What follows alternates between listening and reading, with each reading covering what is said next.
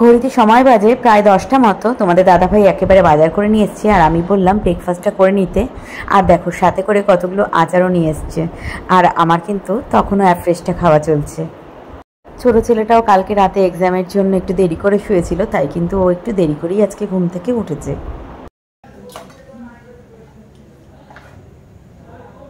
তো তোমরা তো দেখলেই তোমাদের দাদাভাই ব্রেকফাস্ট করে চলে গেল। আর এখন দেখো আমার ছোট ছেলের ব্রেকফাস্টটা বেড়ে দিচ্ছি।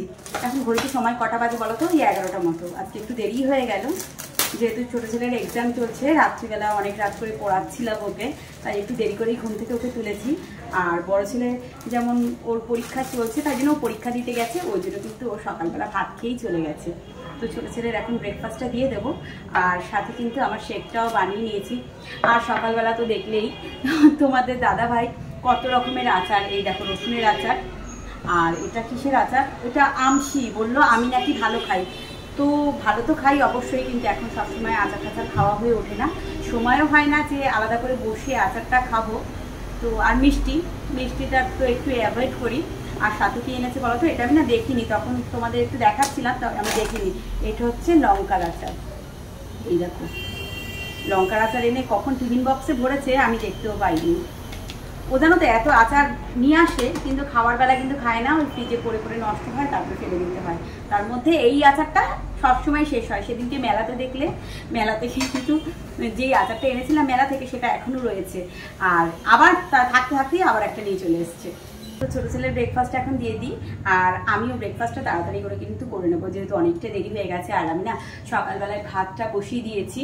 আর তোমাদের দাদাভাই আজকে সকাল দিয়ে কি শুরু করছে, আমি যখন বড় ছেলেকে নিয়ে পড়াচ্ছিলাম 8টা নাগাদ, তখনই বাজারে চলে গেছে। আর আমাকে তো সমানে ফোন করে বলছে যে কি কি সবজি লাগবে আমাকে হোয়াটসঅ্যাপ করে দাও। আমি হোয়াটসঅ্যাপটা করতে পারছি না, কারণ আমার ফোনের মধ্যেই কিছু একটা দেখছিল ছেলেটা। তো আবার ফোন করেছে, মার ফোনে একবার করছে, আমার ফোনে একবার করছে, তারপরে আমি ওকে লিখে দিয়েছি যে কি কি লাগবে। আর বাজারও করে নিয়ে চলে এসছে। আর বাজারটা নিয়ে আসার পরেই 9টা নাগাদ আমাকে বলছে তুমি আগে তাড়াতাড়ি দেখো আমি কি মাছ আনলাম। ইলিশ মাছটা এনেছি, দেখো তো ঠিকঠাক আছে নাকি। তো যখন আসলাম ভাবলাম, যখন একবার দেখতেই আসলাম যে কি মাছ এনেছে, মাছটা ঠিকঠাক আছে নাকি। ও মানে ভেবেছিল যে ইলিশ মাছটা হয়তো একটু খারাপ হতে পারে, দেখো তো। আমি এসে বললাম না না, আসলে না ও বাজারে গিয়ে কখনো হাতে ধরে না মাছ কিনবে না, ওইটা দিয়ে দে এইটা দে এরম করে নিয়ে আসে, তারপরে সন্দেহ প্রকাশ করে আর আমাকে বলে যে ঠিক আছে। তাই বললাম না একদম ঠিকঠাক আছে। তো যখন ভাবলাম যে মাছটা যখন দেখতেই আসলাম, তাহলে একটা কাজ করি যে মাছটা একবারে ধুয়ে রেখে দেয়। তো মাছটা একবার ধুয়ে পরিষ্কার করে ডিপে ঢুকিয়ে রেখে গেছি। এখন আজকে তো ইলিশ মাছটা বানাবো, ভেটকি মাছটা করবো না। তো এখন কি করবো, যে কপিস লাগবে সে কপিস নিয়ে নেবো। আর আজকে জানো তো কি ভেবেছি, আজকে ভেবেছি দই ইলিশ বানাবো। এই বছরে কিন্তু এখন দই ইলিশ বানানো হয়নি, তাই ভেবেছি আজকে দই ইলিশ বানাবো। ভাত তো বললামই আমি বসিয়ে দিয়েছি, যেন ভাতটা আগে আগে হয়ে যায়। তারপরে মা ওইদিকে কেটে কুটে যে দেবে, আর আমি রান্না করব। আজকে ভেবেছি খারকল পাতা বাটবো, আর দই ইলিশ করবো। আর গাছ থেকে এর আগের ব্লগে তোমরা দেখেছো, গাছ থেকে অনেক করলা ছিঁড়েছিলাম, ওই করলাগুলোই কিন্তু মানে ছাকা তেলে চাকা চাকা করে ভাজবো। আজকে সেরকম আর কিছু রান্না হবে না, কারণ দেখবি ইলিশ মাছ হলে না সেরকম কোনো রান্না দরকার হয় না, ওইটাই হচ্ছে হেভি আইটেম সেরকমটাই। আর আগের দিনের ডাল আছে, ওটা যদি কেউ খায় খাবে। আর মা বাপের বাড়ি থেকে তো অনেক রকম খাবার পাঠিয়েছে, সেটা আজকে আর বার করা হবে না, গতকাল পাঠিয়েছে ডুমুরের তরকারি, তারপরে আর কি দিল, প্রচুর যে ফুল হয় সেটা ইলিশ মাছের মাথা দিয়ে, আর একটা কি দিয়েছে না, ওটা ঠিক মনে পড়ছে না, ভুলে গেছি। আসলে টিফিন বক্স করে করে দিয়েছে, ওরকমভাবেই রাখা হয়ে রয়েছে ফ্রিজে, তাই এখন না মনে নিচ্ছি। তো ব্লগটা দেখতে থাকবে। তোমাদের দাদাভাই তো বাজার করে নিয়ে চলে এসছে, সবজিগুলো পরে গোছাবো।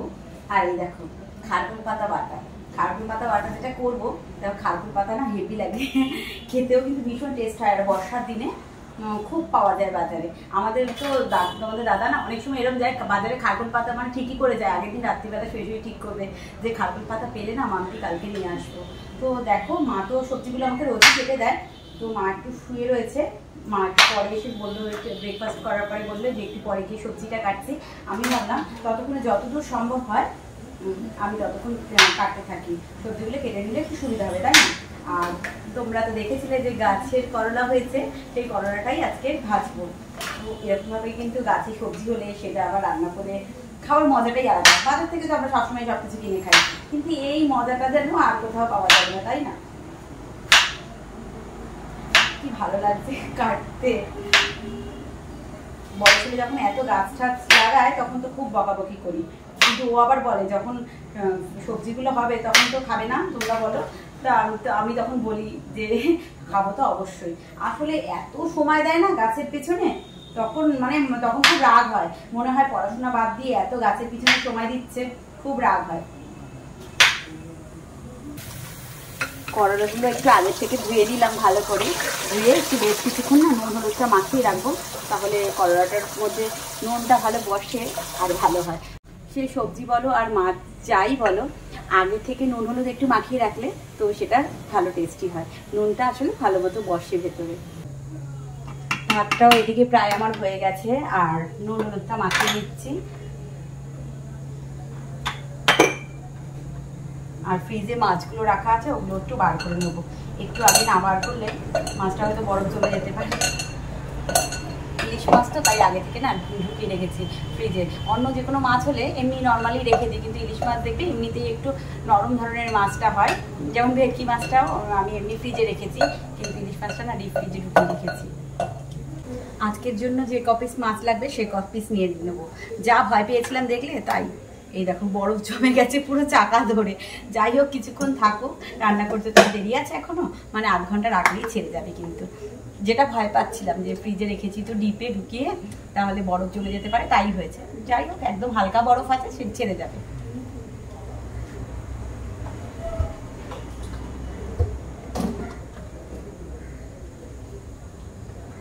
দই ইলিশ বানানোর জন্য আমি যেই মশলাটা বানাবো তার মধ্যে দেখো কি কি আছে। কালো সর্ষে নিয়েছি, সাদা সর্ষে নিয়েছি, সাদা সর্ষে একটু কম, কালো সর্ষে একটু বেশি। তো কালো সর্ষেটা দিলে কি হয় বলতো, একটু ঝাঁঝটা ভালো হয়। আর কাঁচা লঙ্কা নিয়ে নিচ্ছি অনেকটা পরিমাণে, একটু কারণ যেহেতু আমরা একটু ঝালটা বেশি খাই। আর নিয়েছি হচ্ছে জিরে, জিরেতে দিলে একটু ফ্লেভারটা ভালো হয়। আর সাথে দিচ্ছি হচ্ছে পোস্ত।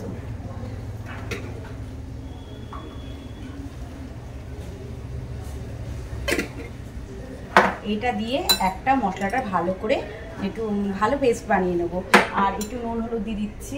তোমরা তো সবাই অনেকে হয়তো জানো যে হলুদ আর নুন দিয়ে সর্ষেটা বাটলে পারে সর্ষে বাটাটা কিন্তু তেতো হয় না।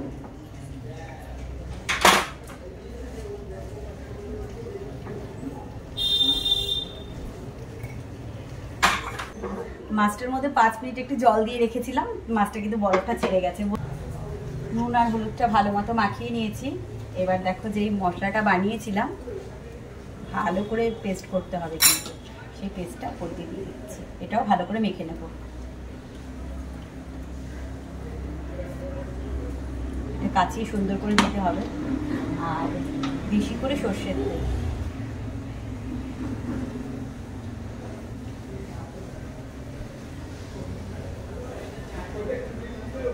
এটাও সুন্দরভাবে মাখিয়ে নেব। মাখতে মাখতে না এরকম হয় ইলিশ মাছটা তখনই রান্না হয়ে যায়। আর এত সুন্দর একটা সেন্ট বেরায়, মাখার সময়ই বোঝা যায় যে রান্নাটা কত সুন্দর হবে। যদিও আমি বলছি না নিজের রান্নার কথা, যে খেয়েছে, আমার হাজবেন্ড, বাপের বাড়ির লোক, আত্মীয়রা, যারা যারা খাইয়েছি যাদের রান্না করে, তারা সবাই কিন্তু এই রান্নাটার প্রশংসা করেছে।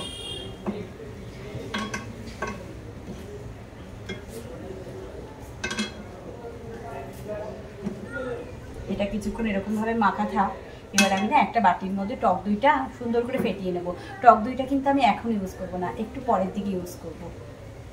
মাখা কিন্তু আমার প্রায় কমপ্লিট, পুরোপুরি কমপ্লিট। এবার আমি দেখো গ্যাসে বসিয়ে দিয়েছি, আর উপর দিয়ে দিয়ে দিচ্ছি কয়েকটা চেরা কাঁচা লঙ্কা, আর দেব হচ্ছে সামান্য পরিমাণ একটুখানি চিনি। এটা না স্বাদটা ব্যালেন্স হবে। এবার আমি গ্যাসটা অন করে দিচ্ছি, আর দেখো একদম লো স্টিমে ঢাকনাটা বন্ধ করে এটাকে হতে দেবো। এবার আমি দেখো টক দই নিয়ে নিচ্ছি, যতটা লাগবে। আমি যেমন 6খানা মাছ রান্না করছি তার জন্য আমি 3 চামচ মতো টক দই দিচ্ছি। এই টক দইটা দিলে না এমনি এই ইলিশ মাছটা কিন্তু এমনি ভাপা যেরকম আমরা করি সেরকমই সেমই হয়, কিন্তু এই টক দইটা দেওয়ার জন্য একটু টকটক ফ্লেভারটা আসে, একটু দইয়ের গন্ধটা থাকে, ওই জন্যই কিন্তু আমরা এটাকে দই ইলিশ বলি। ভালো করে ফেটিয়ে নিচ্ছি, না হলে না ছাকড়া ছাকড়া হয়ে যাবে ঝোলটার মধ্যে, যখন গ্রেভিটার মধ্যে দেবো।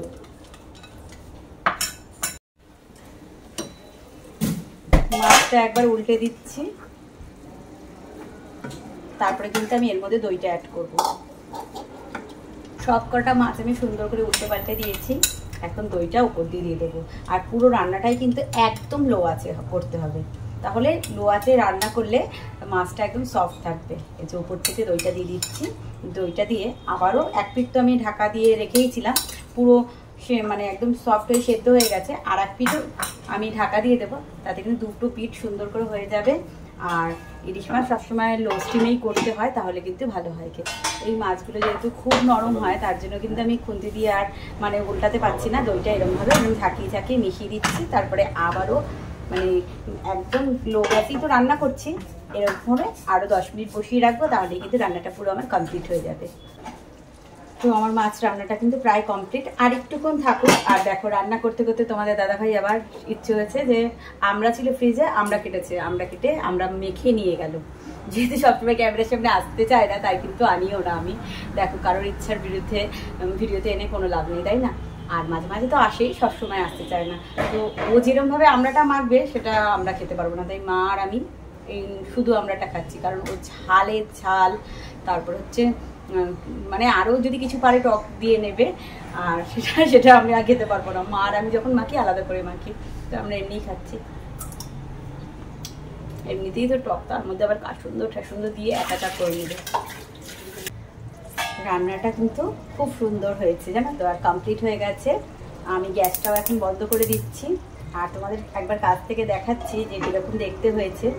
আর আরেকটা কথা, তোমরা কিন্তু এই রান্নাটা করার সময় কখনোই কিন্তু মানে লঙ্কার গুঁড়ো দেবে না, কাশ্মীরি লঙ্কার গুঁড়ো বা লাল লঙ্কা ইউজ করবে না। তাহলে যে পোস্ত আর সর্ষের যে একটা সাদা সাদা ভাব, বা দইয়েরও যে একটা সাদা সাদা ভাব, তো ওটা কিন্তু লাল হয়ে যাবে, তাহলে দই ইলিশের আর কোনো মানেই থাকবে না। তো যাই হোক, তোমাদের চলো আরেকবার দেখিয়ে দিই। এই দেখো রান্নার লুকসটা কিন্তু এরকম হয়েছে, তোমরা একবার ট্রাই করতেই পারো। আমার এই রেসিপিটায় তোমরা কিন্তু একবার দই ইলিশ ট্রাইটা করতেই পারো, আর আমাকে তারপরে কমেন্টস করে জানাবে। আশা করছি তোমাদের ভালো লাগবে। তো এখন তাড়াতাড়ি করে করলাগুলো ভেজে নেব, আর ওদিকে দেখো কাঁঠাল পাতাটাও বসিয়ে দিয়েছি।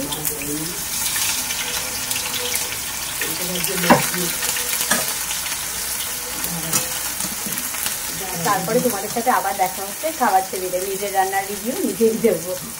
ঘড়িতে এখন সময় বাজে ওই দুপুর 2টো মতো। তোমাদের দাদা ভাই, আমার বড় ছেলে, শাশুড়ি মা সবাই কিন্তু খেয়ে নিয়েছে। আর আমি একটু রান্না করার পরে ওদের খেতে দিলাম। খাওয়ার পরে ছোটো ছেলে যেহেতু একটু দেরি করে ব্রেকফাস্ট করেছিল, তো ওকে নিয়ে একটু পড়াচ্ছিলাম। তো ওর পড়াটা হয়ে গেছে, তো তারপরে চলে এসেছি আমি আর ও খাবারটা খেতে। তো ও তো একা একা খায় না কখনোই, মাই খাইয়ে দেয় বা আমি খাইয়ে দিই। কিন্তু আজকে যদি ইলিশ মাছ হয়েছে, তো ওকে তো আরও খাইয়ে দিতেই হবে, তাই মা ওকে খাইয়ে দিচ্ছে বসে বসে, আর আমি এদিকে দেখো খাবারটা খেতে বসছি। তো প্রথমেই উচ্ছে ভাজা দিয়ে ভাত খাচ্ছি, যেটা গাছের উচ্ছেটা, করলা, সরি আমি বারবারই উচ্ছেই বলে ফেলি। তো করলা ভাজা দিয়ে ভাত খাচ্ছি। এরকমভাবে কিন্তু মানে উচ্ছে করলা ভাজা আর লঙ্কা দিয়ে ভাত খেতে ভীষণ ভালো লাগে।